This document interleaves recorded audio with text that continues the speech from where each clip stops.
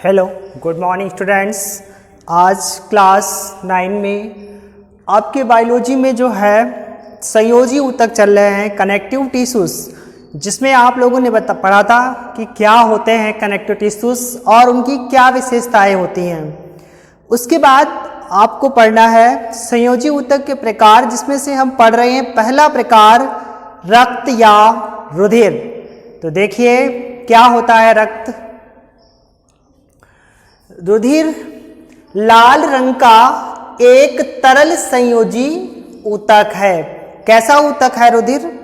लाल रंग का होता है, सबने देखा है, और तरल यानी द्रव की भांति होता है, और संयोजी ऊतक है। तरल संयोजी ऊतक है यानी द्रव रूप में ये कई सारे ऊतकों को भी बांधने का काम करता है, क्योंकि आप लोगों ने पढ़ा है जो संयोजी ऊतक होते हैं वो अन्य कोशिकाओं को बांधने का काम करते हैं आपस में। ये इसकी कोशिकाएं स्वयं तो कम जुड़ी होती हैं, परंतु अन्य दूसरे ऊतकों को जो है बांधते हैं, बांधने का काम करते हैं। तो रुधिर कैसा ऊतक है? एक लाल रंग के या लाल रंग का तरल संयोजी ऊतक है। इसके बाद इसकी संरचना देखते हैं। इसके दो प्रमुख घटक हैं, यानी कि ये दो घटकों से मिलकर के बनता है। कौन से घटक? पहला है प्लाज्मा और दूसरा है रुधिर कणिकाएं, ब्लड सेल्स।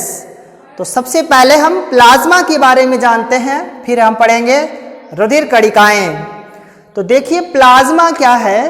यह रुधिर का पीले रंग का तरल भाग है।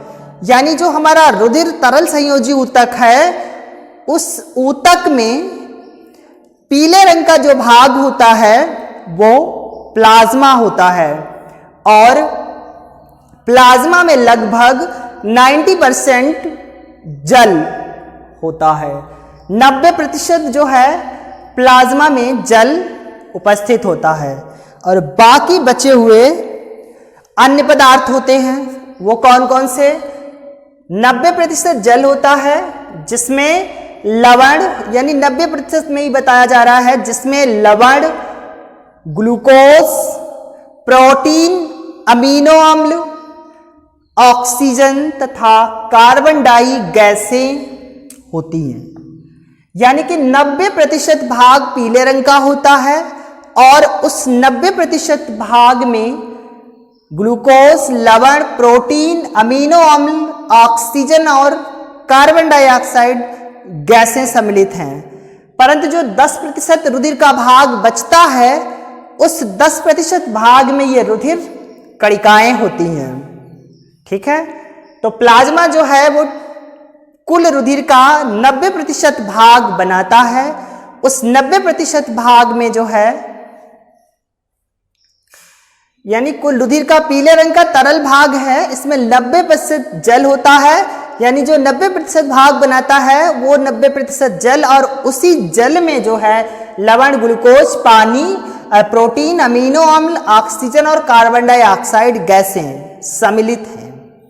अब इसका काम क्या है? प्लाज्मा में फाइब्रिनोजन प्रोटीन होती है।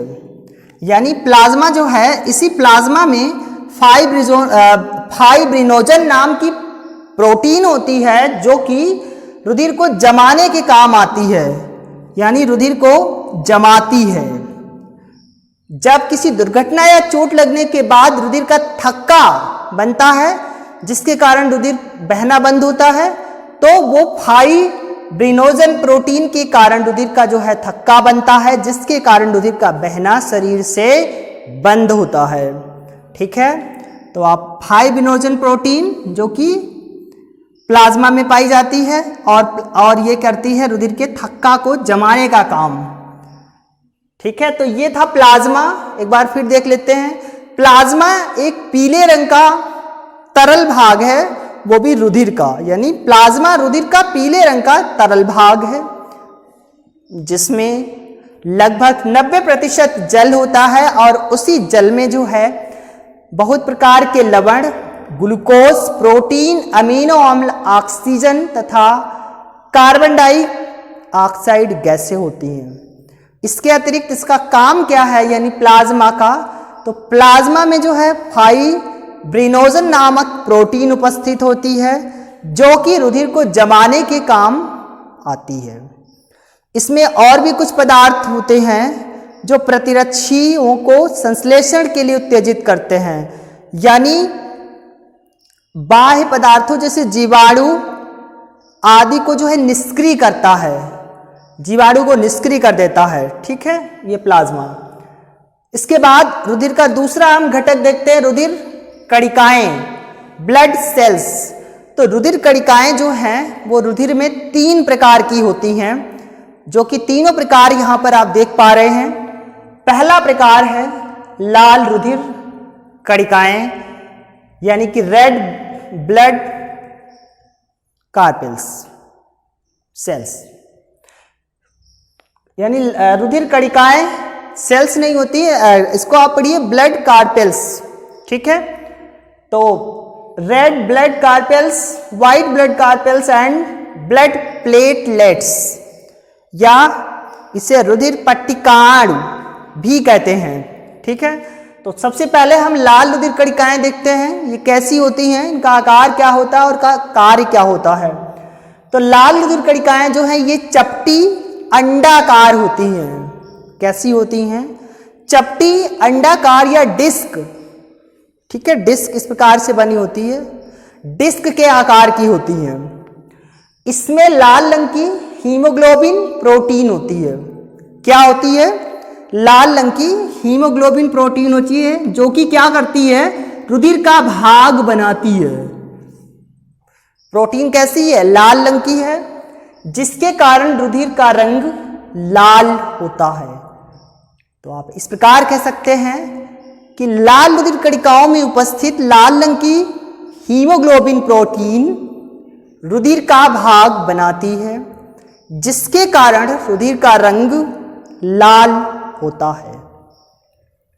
इसका कार्य क्या है? हीमोग्लोबिन O2 तथा CO2 का वाहक है।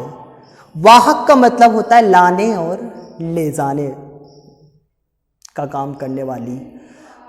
तो लाल रुधिर कणिकाओं में हीमोग्लोबिन जो है ऑक्सीजन तथा कार्बन डाइऑक्साइड को लाती और ले जाती है, यानी कि ऑक्सीजन को अवशोषित करती है, कार्बन डाइऑक्साइड का निष्कासन करती है, यानी लाने और ले जाने का वाहक का काम करती है। वाहक का तात्पर्य होता है ढोने का काम वैसे सामान्यतः भाषा में, परंतु यहाँ पर जो हीमोग्लोबिन है वो रुधिर को लाती और ले जाती है। ये कार्य था हीमोग्लोबिन यानी लाल रुधिर कणिकाओं का। तो लाल रुधिर कणिकाओं में ही हीमोग्लोबिन पाई जाती है और जो कि ये काम करती है। इसके बाद दूसरा पॉइंट यानी कि लाल रुधिर कणिकाओं का दूसरा प्रकार है श्वेत रुधिर कणिकाएं यानी व्हाइट ब्लड कार्पेल्स, सफेद रुधिर कणिकाएं या श्वेत रुधिर कणिकाएं। देखिए ये क्या है? ये बड़े परिमाप की अलग अलग संरचनाओं की क्या है? कोशिकाएं हैं। अलग अलग संरचनाओं की कोशिकाएं हैं। इनके अलग अलग जो है आकार होते हैं। ठीक है, अलग अलग, इसीलिए लिखा गया है बड़े परिमाप की। इनका आकार बड़ा होता है और अलग अलग संरचनाओं की कोशिकाएं हैं और इनकी संख्या जो है वो लाल रुधिर कणिकाओं की अपेक्षा कम होती है, कि रुधिर में लाल रुधिर कणिकाओं की संख्या अधिक होती है और जबकि श्वेत रुधिर कणिकाओं की संख्या लाल रुधिर कणिकाओं की अपेक्षा कम होती है। ये इनका काम क्या है? ये कोशिकाएं संक्रमण तथा घाव के प्रति प्रतिरक्षी हैं। प्रतिरक्षी का तात्पर्य है कि जो संक्रमण है उससे बचाती हैं और घाव को भरने में सहायता करती हैं। यानी कभी किसी दुर्घटना के कारण चोट वगैरह लगती है तो चोट लगने के स्थान पर जो कोशिकाएं क्षतिग्रस्त होती हैं उनको भरने का काम करती हैं, उनको उनको ठीक करने का काम करती हैं। तो समझ में आया?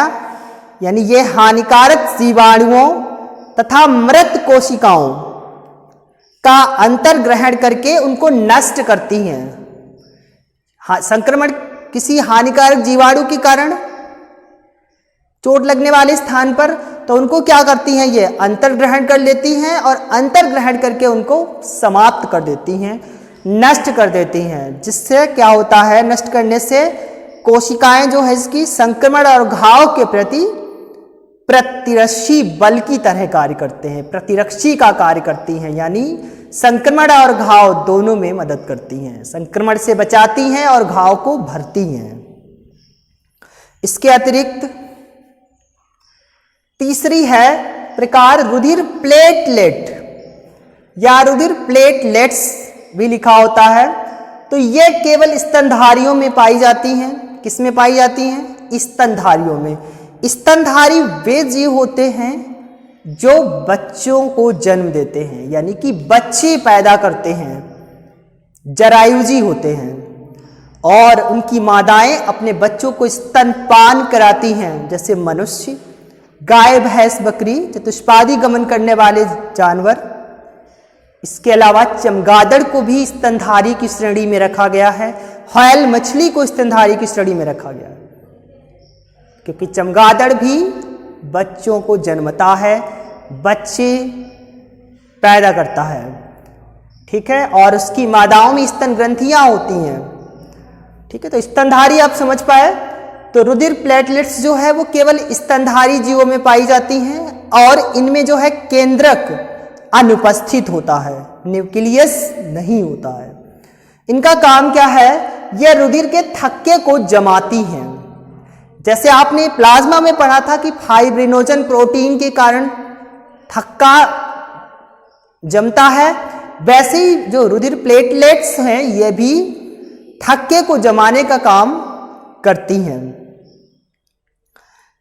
और इसके अलावा रुधिर की जो है थक्के की जमाव कर देती है, जिससे रुधिर की हानि नहीं होती है, यानी रुधिर अनावश्यक बेकार नहीं हो पाता है, और शरीर में जो है घाव से होकर धूल, जीवाणु आदि प्रवेश नहीं कर पाते हैं। यानी जब रुधिर का चोट लगने वाले स्थान पर थक्का बन जाएगा तो उस थक्के बनने के कारण उस घाव के आंतरिक भाग में जीवाणु, धूल, मिट्टी इत्यादि नहीं पहुंच पाएगी, तो सुरक्षा भी प्रदान करती हैं।